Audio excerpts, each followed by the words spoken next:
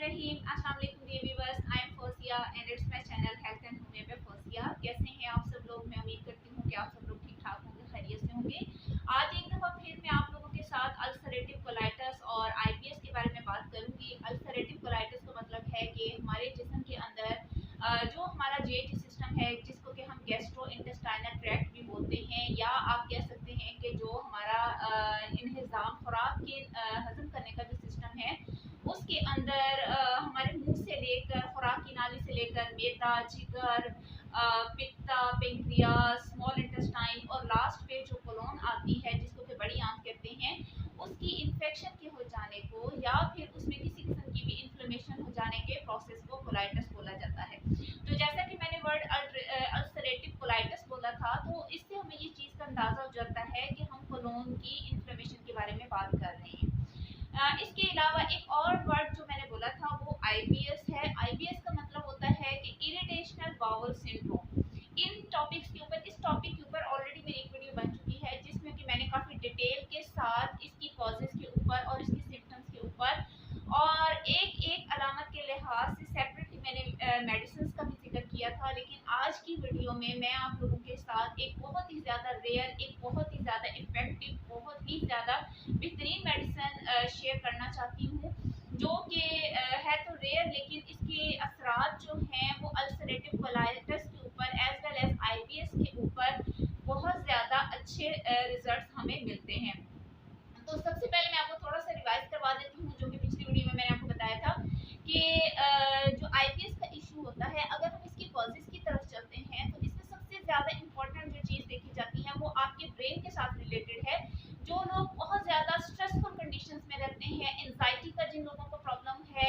इसके अलावा बहुत ज़्यादा टेंशन लेते हैं, बेजा सोचें वो सोचते रहते हैं, उन लोगों के अंदर आईबीएस का इशू देखने में सबसे ज़्यादा आता है। इसके अलावा वायरल इन्फेक्शंस भी और बैक्टीरियल इन्फेक्शंस का भी मैंने जिक्र किया था, ये भी इसके अंदर हो सकती है। एक और बहुत इंपॉर्टेंट कॉज इसकी ये भी हो सकती है कि जिन लोगों को नर्व इम्पेयरमेंट का इशू होता है, जो कि हमारे जीआईटी सिस्टम के बहुत ज़्यादा क्लोज हैं और इसके साथ अटैच्ड होती हैं, तो इसमें अगर किसी किस्म का प्रॉब्लम आ जाता है तो वहाँ पे भी हमारी बाउल्स की जो मूवमेंट हैं, जिनको कि पेरिस्टाल्टिक मूवमेंट्स कहा जाता है, पेरिस्टाल्टिक मूवमेंट्स भी बोला जाता है, इसके अंदर अगर प्रॉब्लम आ जाती है तो ऐसे पेशेंट्स के अंदर आईबीएस का इशू पैदा हो जाता है। एक और इम्पॉर्टेंट कॉज में शेयर करती चलूँ, जिन लोगों के इंटेस्टाइन्स की या अंतड़ियों के मसल्स के अंदर इश्यूज पैदा हो जाते हैं, उन लोगों को भी आईबीएस का इशू बहुत ज़्यादा होता है।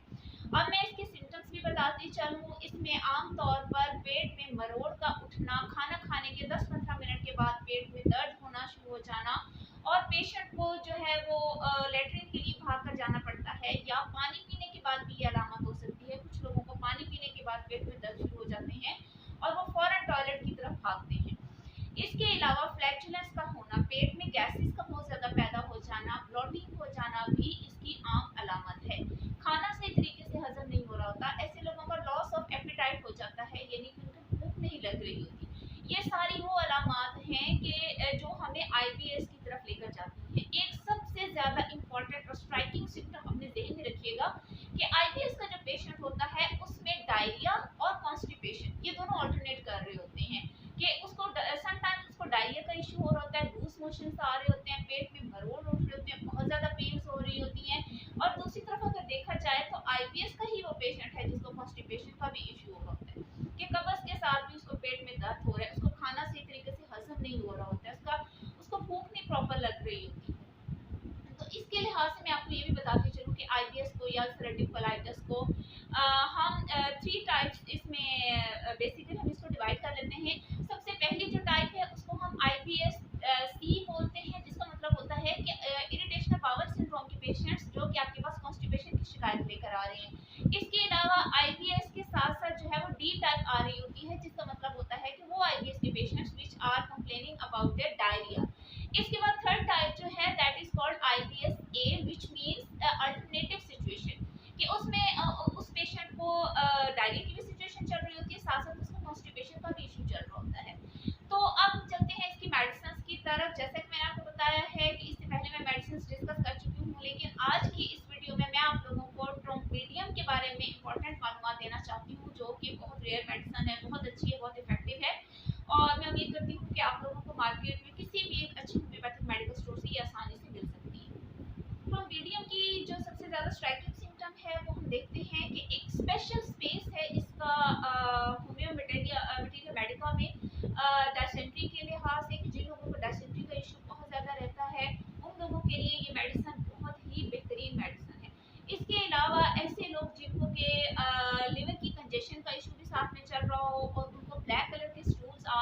लिवर की मेल फंक्शनिंग की वजह से, तो वो लोग भी ये मेडिसिन इस्तेमाल कर सकते हैं। इन लोगों को खाना खाने के बाद या पानी पीने के बाद फौरन भाग कर टॉयलेट जाना पड़ता है, इनके पेट में दर्द शुरू हो जाता है, इनको मरोड़ उठना शुरू हो जाते हैं। इसके अलावा डिसेंट्री के साथ साथ ये मेडिसिन, जैसा कि मैंने बताया, लिवर के लिए बहुत बेस्ट है, बिल्कुल इसी तरह से गैस्ट्राइटिस के लिए भी ये मेडिसिन बहुत बेस्ट है। और इसको हम 30th की पोटेंसी में लेते हैं, और 30 की पोटेंसी में ही आप इसको गैस्ट्राइटिस के लिए भी यूज़ कर सकते हैं, इसको आप डिसेंट्री के लिए भी यूज़ कर सकते हैं। इसके अलावा ऐसे लोग जिनको के ड्यूरिनल अल्सर्स हो चुके होते हैं या उनको किसी भी गैस्ट्रिक अल्सर की भी प्रॉब्लम है, तो वहाँ पर भी ये लोग इस मेडिसिन को इस्तेमाल कर सकते हैं। आजकल देखा जाता है कि एच पाइलोरी का इशू बहुत ज़्यादा आम चल रहा है, और इसकी भी वजह यही हो सकती है कि एक तो स्ट्रेसफुल जो कंडीशंस चल रही हैं, हर दूसरा बंदा, कहा जाता है कि हमारी सोसाइटी में 4 में से 1 फर्द जो है वो एंजाइटी का, स्ट्रेस का और डिप्रेशन का मरीज है।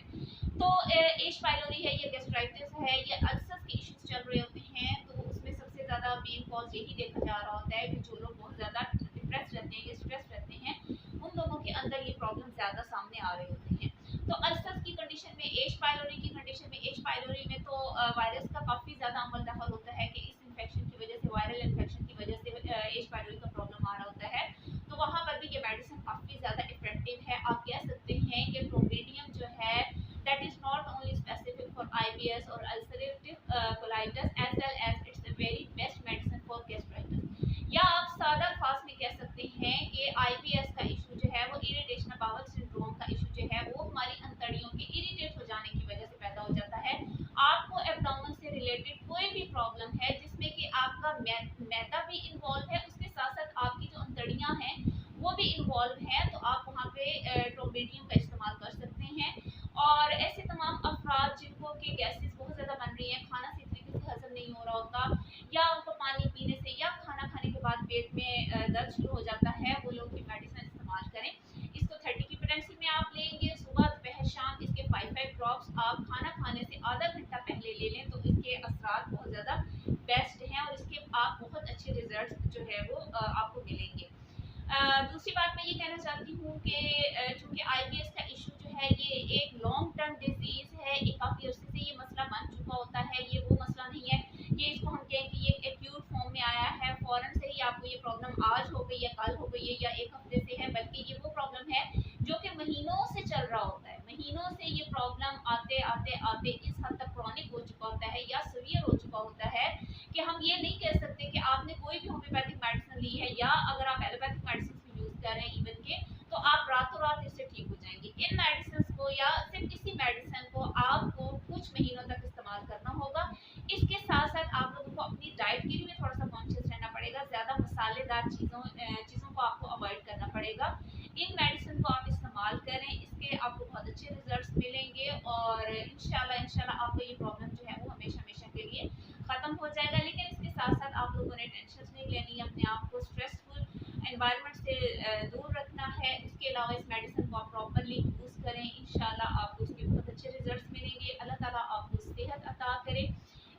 लास्ट में मैं ये कहना चाहती हूँ कि अगर आपको मेरी वीडियो अच्छी लगी हो तो इसको लाइक कर दीजिएगा, और जिन लोगों ने अभी तक मेरे चैनल को सब्सक्राइब नहीं किया तो प्लीज़ इसको सब्सक्राइब कर दें, और कमेंट बॉक्स में मुझे मैसेज ज़रूर कीजिएगा, बताइएगा कि आपको वीडियो कैसी लगी है, और अगर आप भी कुछ पूछना चाहते हैं तो कमेंट सेक्शन में मैसेज करके मुझसे पूछ सकते हैं। Thank you so much. अल्लाह हाफ़िज़।